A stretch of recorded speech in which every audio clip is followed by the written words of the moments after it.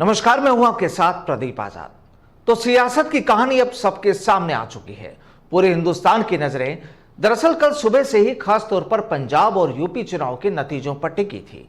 शाम होते होते फिर जो तस्वीर सामने आई उसके बाद कई सियासी धुरंधर हैरान हुए, तो खासतौर पर कांग्रेस में हाहाकार मच गया।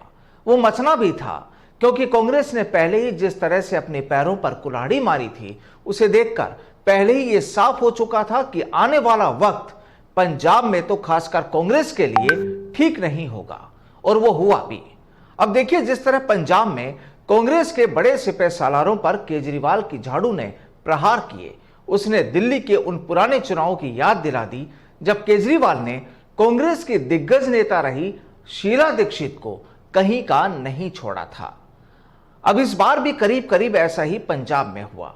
आज की इस सियासी कहानी में हम आपको पंजाब और राजस्थान के उस सियासी मर्म को बताने की कोशिश करेंगे जिसे जानना वाकई जरूरी है।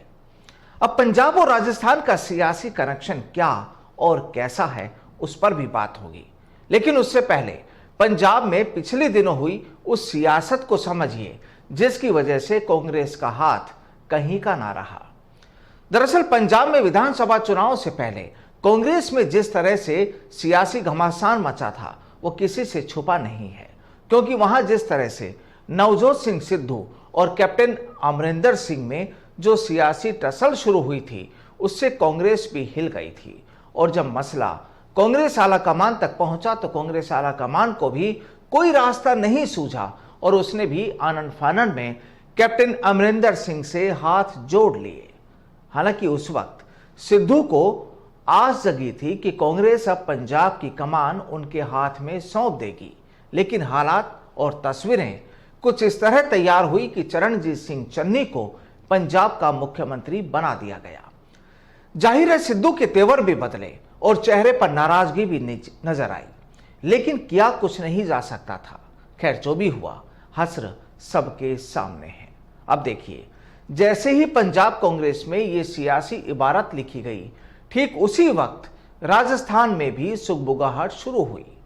दरअसल जैसे वहां सिद्धू की चाहत ये थी कि कैप्टन उम्र दराज हो चुके हैं तो सीएम की सीट उन्हें मिल जाए, ठीक उसी तर्ज पर राजस्थान में सचिन पायलट के समर्थकों ने भी ये बिगुल बजा दिया था कि अब पायलट को सूबे का सीएम बना दिया जाए।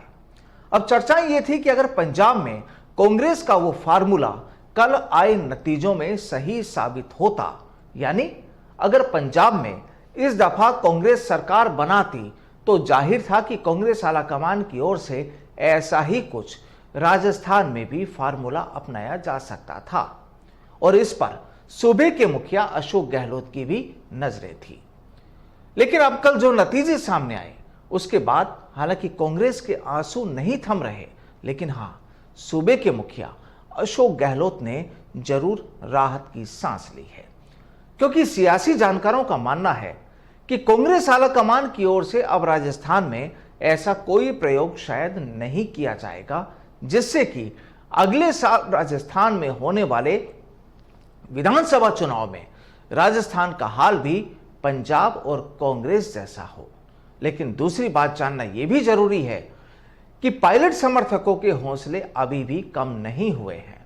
पायलट समर्थकों का मानना है कि जिस तरह से कांग्रेस के हाल पंजाब में हुए, ठीक वही हाल राजस्थान में भी हो जाएंगे अगर वक्त रहते सचिन पायलट को राजस्थान का सीएम नहीं बनाया गया या अगले साल चुनाव में उन्हें सीएम फेस प्रोजेक्ट नहीं किया गया। तो कुल मिलाकर कहानी ये कि इस वक्त कांग्रेस के जो हालात हैं, या यूं कहें कि उसकी जो ग्रह दशा है, वो लगता है गर्दिश में है। तो फिर क्या किया जाए? अब ये कांग्रेस सोचे, कांग्रेस आलाकमान सोचे, और सोचना जरूरी उनके लिए भी जो आलाकमान को राय देते हैं।